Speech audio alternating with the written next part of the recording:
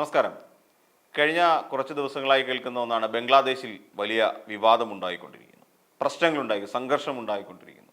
അതിൻ്റെ പ്രധാന കാരണം ചിന്മയ് കൃഷ്ണദാസ് എന്ന് പറയുന്ന ഒരാളെ, അദ്ദേഹം ഒരു ഹിന്ദു സംഘടനയുടെ വക്താവാണ്. അതായത് ഇസ്കോൺ എന്ന് പറയുന്ന ഒരു ഹിന്ദു സംഘടനയുടെ വക്താവ്, അതായത് ഈ വൈഷ്ണവ ദേവാലയങ്ങളുമായിട്ട് ബന്ധപ്പെട്ട അതിൻ്റെ ഒരു സംഘടനയാണ് ഇദ്ദേഹത്തിൻ്റേത്. അപ്പോൾ ഈ ഇസ്കോണിൻ്റെ ഇദ്ദേഹം എന്താണ് ചെയ്തത്, അല്ലെങ്കിൽ എന്തായിരുന്നു ഇദ്ദേഹത്തിൻ്റെ ഒരു ബാക്ക്ഗ്രൗണ്ട്? അദ്ദേഹം ഒരു ഹിന്ദു സംഘടനയുടെ വക്താവാണെന്ന് പറഞ്ഞ് അതിൻ്റെ ഒരു പുരോഹിതൻ കൂടിയാണ് ഇദ്ദേഹം ഏകദേശം ബംഗ്ലാദേശ് സനാതൻ ജാഗരൺ മഞ്ച് എന്ന് പറയുന്ന ഒരു സംഘടനയെ പ്രവർത്തകനായിരുന്നു. അതിനുശേഷം അതുപോലെ ഡൊമിനിറ്റോ ശാഖ ലോഘു ജോട്ടു എന്ന് പറയുന്ന ഒരു സംഘടനയിലെ അംഗമായിരുന്നു. അപ്പോൾ ഇത് രണ്ടും കൂടെ ചേർന്ന് വരുന്ന ബംഗ്ലാദേശ് സൊമിലിറ്റോ സനാതൻ ജാഗരൺ ജോട്ട് എന്ന് പറയുന്ന ഒരു സംഘടനയുടെ പ്രധാനപ്പെട്ട നേതാവ് കൂടിയാണ് ഇദ്ദേഹം ഒരു പൊതുവേദിയിൽ വെച്ചിട്ട് അവിടുത്തെ ബംഗ്ലാദേശി ദേശീയ പതാകയെ അപമാനിച്ചു എന്നുള്ളതാണ് അദ്ദേഹത്തിനെതിരെ കേസ്. അങ്ങനെ ആ കേസ് അദ്ദേഹത്തെ അറസ്റ്റ് ചെയ്തുകൊണ്ട് അദ്ദേഹത്തിനെ കൊണ്ടുപോകുന്ന വഴിയിൽ വെച്ചിട്ട് പിന്നെ ഒരു സംഘം ആളുകൾ പോലീസിനെതിരെയും അക്രമം ഉണ്ടാകുന്നു. അതിനുശേഷം അദ്ദേഹത്തെ കോടതിയിലേക്ക് കൊണ്ടുപോയി കോടതിയിൽ വെച്ചും ഇത്തരത്തിലുള്ള അക്രമ സംഭവങ്ങൾ അരങ്ങേറുന്നു. ഒരു APP അവിടെ വെച്ച് മരിക്കുന്നു. ഈ അക്രമ സംഭവത്തിൽ അവിടെ നിരവധി പേർക്ക്, 10 പോലീസുകാരടക്കം ഏകദേശം 37 പേർക്ക് അവിടെ കോടതിയിൽ നടക്കുന്ന അക്രമത്തിൽ പരിക്കേൽക്കുന്നു. ഇതേ തുടർന്ന് കേസ് കോടതിയിലെത്തുന്നു. നമുക്കറിയാം, അവിടെ മുഹമ്മദ് യൂനിസ് എന്ന് പറയുന്ന ഒരാൾ സമാധാനത്തിനുള്ള നൊബേൽ പ്രൈസ് സമ്മാനം മേടിച്ച ഒരാളാണ്. അപ്പോൾ അവിടെയാണ് ഇനിയിപ്പോൾ വലിയൊരു സംഘർഷഭരിതമായ ഒരു അവസ്ഥയിലേക്ക് കാര്യങ്ങൾ നീങ്ങിക്കൊണ്ടിരിക്കുന്നത്. അതായത് അവിടുത്തെ ന്യൂനപക്ഷമാണ് ഹിന്ദു സമുദായം ബംഗ്ലാദേശിലെ.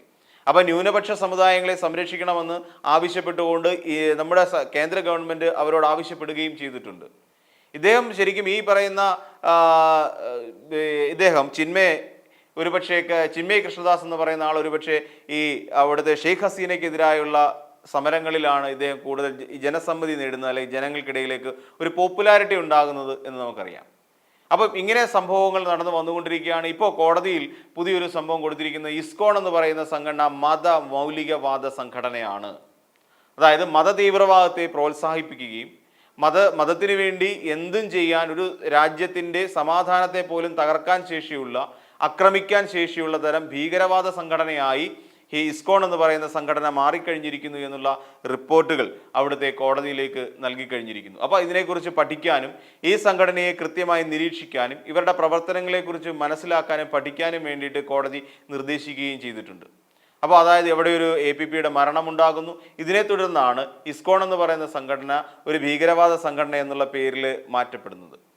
ആ രീതിയിലാണ് കോടതിയിൽ റിപ്പോർട്ട് പോയിരിക്കുന്നത്. അപ്പോൾ ഇനിയിപ്പോൾ സംഭവിക്കാൻ പോകുന്ന കാര്യം, അതിൻ്റെ പ്രവർത്തനങ്ങൾ നിരീക്ഷിക്കാനുള്ള നിർദ്ദേശം കൊടുത്തു.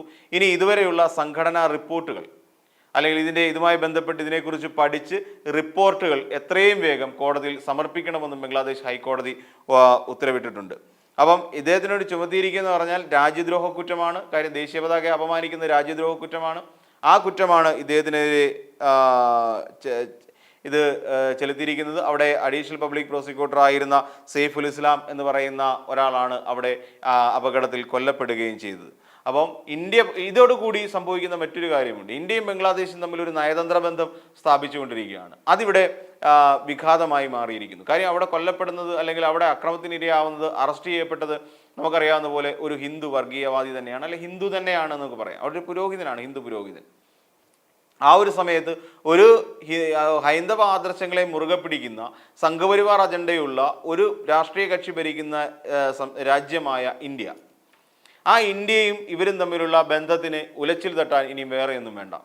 ഇവിടെ നിന്ന് കൃത്യമായി ആവശ്യപ്പെട്ടിട്ടുണ്ട്, അവിടെയുള്ള ന്യൂനപക്ഷങ്ങളുടെ സംരക്ഷണത്തിൻ്റെ ഉത്തരവാദിത്തം പൂർണ്ണമായും സർക്കാർ ഏറ്റെടുക്കണം. അതിനുവേണ്ടി അവരെ സംരക്ഷിക്കുന്നതിന് വേണ്ട നടപടിക്രമങ്ങളുമായി സർക്കാർ മുന്നോട്ട് പോകേണ്ടതുണ്ട് എന്നുള്ള തരത്തിലുള്ള നിർദ്ദേശം കൊടുത്തു കഴിഞ്ഞു. ഇതിനിടയിൽ പശ്ചിമ ബംഗാളിൽ BJPക്കാർ സമരം തുടങ്ങിക്കഴിഞ്ഞു, പ്രൊട്ടസ്റ്റ് തുടങ്ങിക്കഴിഞ്ഞു. കാര്യം ഇത് രണ്ടും നേരത്തെ തന്നെ നമുക്കറിയാം, ഇത് ഒരേ സംസ്ഥാനമായിരുന്നു, പിന്നീട് വിഭജിച്ചു പോയതാണ് നമുക്കറിയാം. അപ്പം അവിടെ പശ്ചിമ ബംഗാളിൽ സമരം തുടങ്ങിക്കഴിഞ്ഞു BJPയുടെ നേതൃത്വത്തിൽ. അവിടുത്തെ പ്രതിപക്ഷമാണ് BJP. അപ്പോൾ BJP വീണ്ടും ഇവിടുത്തെ ബംഗ്ലാദേശ് ഹൈക്കമ്മീഷനിലേക്ക് സമരത്തിന് വേണ്ടി തയ്യാറെടുക്കുന്നു. അപ്പം ഇത് ഈ രാജ്യത്തിൻ്റെ സുരക്ഷയെ, അല്ലെങ്കിൽ രാജ്യത്തിനകത്ത് തന്നെ ഒരു വലിയ പ്രശ്നത്തിലേക്ക് പോകാൻ സാധ്യതയുണ്ട്. ഇതിനെ ചുവട് പിടിച്ചുകൊണ്ട് അവിടെ ഹിന്ദുക്കൾക്ക് നേരെ വർഗീയ പ്രശ്നങ്ങൾ നടക്കുമ്പോൾ ഈ രാജ്യത്തിനകത്ത് ഈ രീതിയിലുള്ള ഒരു ആഭ്യന്തര കലാപത്തിനുള്ള സാധ്യതയും നമുക്ക് തള്ളിക്കളയാൻ കഴിയില്ല. ഇവിടെ അത് വിശേഷിച്ച് ഈ പറയുന്ന വടക്ക് കിഴക്കൻ സംസ്ഥാനങ്ങളിൽ ഈ രീതിയിലുള്ള ബംഗ്ലാദേശുമായി ചേർന്ന് കിടക്കുന്ന സംസ്ഥാനങ്ങളിൽ അതിനുള്ള ഒരു സാധ്യത, ഇപ്പം ഈ പറയുന്ന പശ്ചിമ ബംഗാളിൽ അത്തരത്തിലുള്ള ഒരു സാധ്യത നമുക്ക് തെളിഞ്ഞു കാണുന്നു. കാര്യം അവിടെ BJP-ക്കാർ വളരെയധികം ട്രിഗേർഡ് ആയിട്ടുണ്ട്, അവരെല്ലാം വല്ലാതെ അത് രോഷാകുലരായിട്ടുണ്ട്. കാര്യം തൊട്ടടുത്ത രാജ്യത്ത് നടക്കുന്ന ഒരു സംഭവമാണല്ലോ. അത് തീർച്ചയായിട്ടും ഈ പറയുന്ന പശ്ചിമ ബംഗാളിനെ ബാധിക്കുന്നുണ്ട്. പശ്ചിമ ബംഗാളിനെ ബാധിക്കുമ്പോൾ ഇത് വലിയ തോതിലുള്ള ഒരു രാഷ്ട്രീയ പ്രതിസന്ധി സൃഷ്ടിക്കും. അവിടെ ഇപ്പം ഓൾറെഡി ബംഗ്ലാദേശിനെ സംബന്ധിച്ചിടത്തോളം ആ രാജ്യം വലിയൊരു രാഷ്ട്രീയ പ്രതിസന്ധിയിലേക്ക് പോയിക്കൊണ്ടിരിക്കുകയാണ്. അവിടെ വലിയ തോതിൽ ഈ സംഘർഷങ്ങൾ കൂടിക്കൊണ്ടിരിക്കുന്നു. അവിടുത്തെ ഒരു ഹിന്ദു സംഘടനയെ മതമൗലികവാദ സംഘടന എന്നുള്ള തരത്തിൽ റിപ്പോർട്ടുകൾ പോയിക്കഴിഞ്ഞിരിക്കുന്നു.